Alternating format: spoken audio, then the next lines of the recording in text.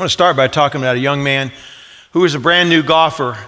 He got the best of everything, the best bag, the best clubs, everything, the most high velocity golf balls, and he was ready, and he got out to the fairway and he teed up his ball and took his stance and did all those things, just running out through the checklist that his coach taught him to do, and he's ready.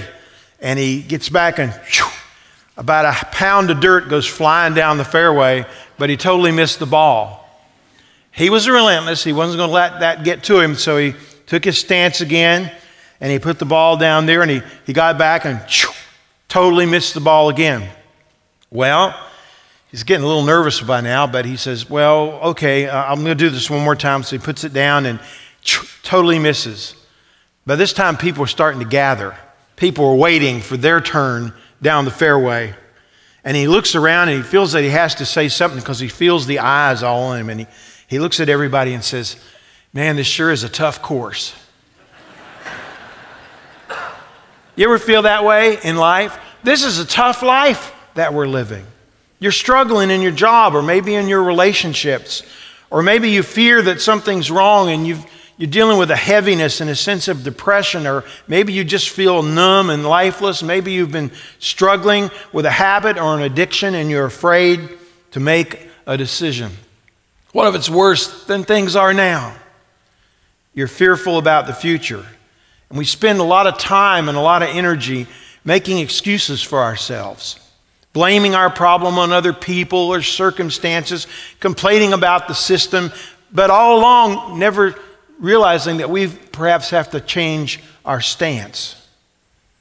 Well, what we have here this morning is one of the most wonderful, hopeful questions that God asks us. It's another whole message where we could talk about the good news from this account. The good news is that Jesus is able, and he does often find us wherever we are. But this is not a story of a spiritual search. It's the account of a man who's hopeless and depressed and beaten down. He's really almost given up until Jesus shows up and asks him this question that we're going to look at today. Jesus found a man named Nathanael in the Bible. He found a woman at the well, and he finds this pitiful, crippled guy here at the pool. If we do need to let go of the status quo, then we're somewhat afraid about our future. And if you are, maybe this question is for you this morning. Listen and let God speak to you through his word. The words are printed there in your insert. John 5, verses 1 through 15. Sometime later, Jesus went up to Jerusalem for one of those Jewish festivals. Now there is in Jerusalem near the sheep gate a pool, which in Aramaic is called Bethesda, and which is surrounded by 5 covered colonnades. Here a great number of disabled people used to lie, the blind, the lame, the paralyzed. One who had been an invalid for 38 years. And he saw Jesus coming there, and he learned that Jesus learned he'd been in this condition for a long time. And so he asked the man, and here's the question, do you want to get well?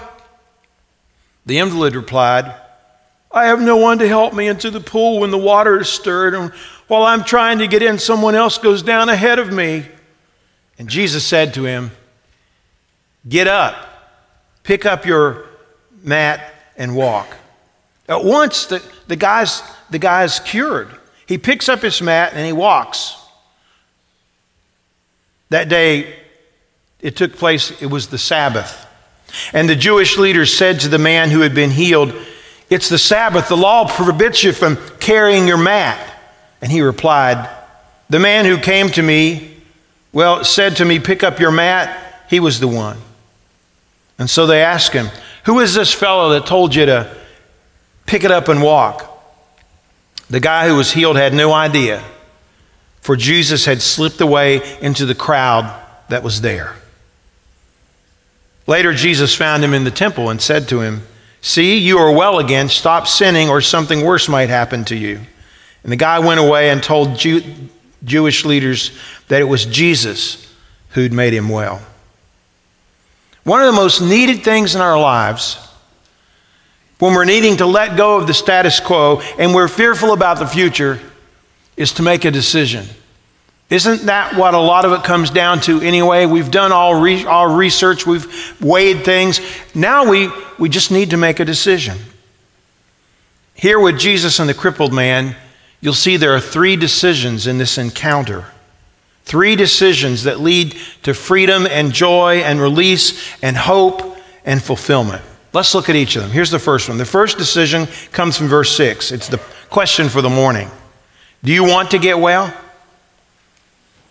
Reminds me of step number 6 of Alcoholics Anonymous. It goes this way. We're entirely ready to have God remove the defects of character. It's not doing it. It's being entirely ready. It's making the decision now that you're going to go about it. It's a step about deciding. The winter traffic down at a place where I used to live, Sanibel Island, is bumper to bumper. It's horrendous. It can stretch for 10 miles from the entrance where you go on to the causeway all the way back to Captiva Island. And I had to go to the hospital one morning, and so I had to get, or it was the afternoon, because that's when they're going off the island. And I had to get in the line. 20 minutes, I'd gone about 3.5 blocks just to the entrance to the Periwinkle Trailer Park. And there he was, sitting there in this big, black, double, rough-looking pickup truck that pulls like a fifth wheel, trailer on it. And he's revving his engine. All the time, people were stopping to let this guy out, but he just I didn't understand it. He just kind of ignored them. He wasn't seeing what was happening. Sanibel is one of those civil places where people will, if you let you out, you have to do that way or you'd never get out of the traffic. And if you're from New York and you start tooting your horn, man, if you've never seen a stare down, you're going to get one. That's a no-no there. But as I got a little closer, I could see his hand were flailing and people were stopping to let the guy in. As I got even closer, I saw his face was beet red. His blood pressure must have been over 200. He's yelling expletives at people who are trying to let him in.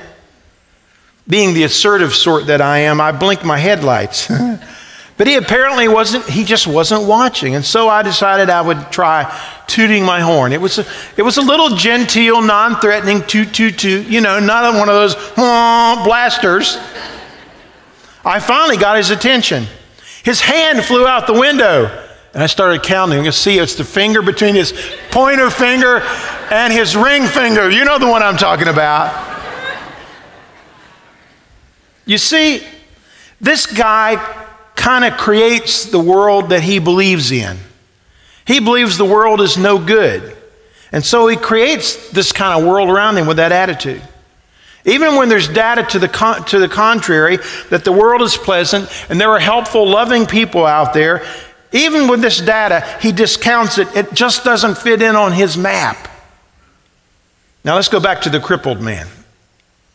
Here's a guy who's been crippled for 38 years. Jesus finds him right where he is, and he makes him a once-in-a-lifetime offer, and the crippled guy misses the point. He's so busy complaining about his condition and the lousy system that he doesn't hear or refuses to hear what Jesus is saying. All Jesus is asking is yes or no. Look at verse 7. Sir, the invalid replied, I have no one to help me into the pool when the water is stirred. Well, I'm trying to get in. Someone else goes down ahead of me. Having a pity party. It's a tough course. And Jesus is asking him if he's willing to change his stance. Is he willing to let go of the status quo? Sometime in our stagnant, frustrating, miserable, indecisive times in our lives, we get down on ourselves and we lose perspective and we lose hope.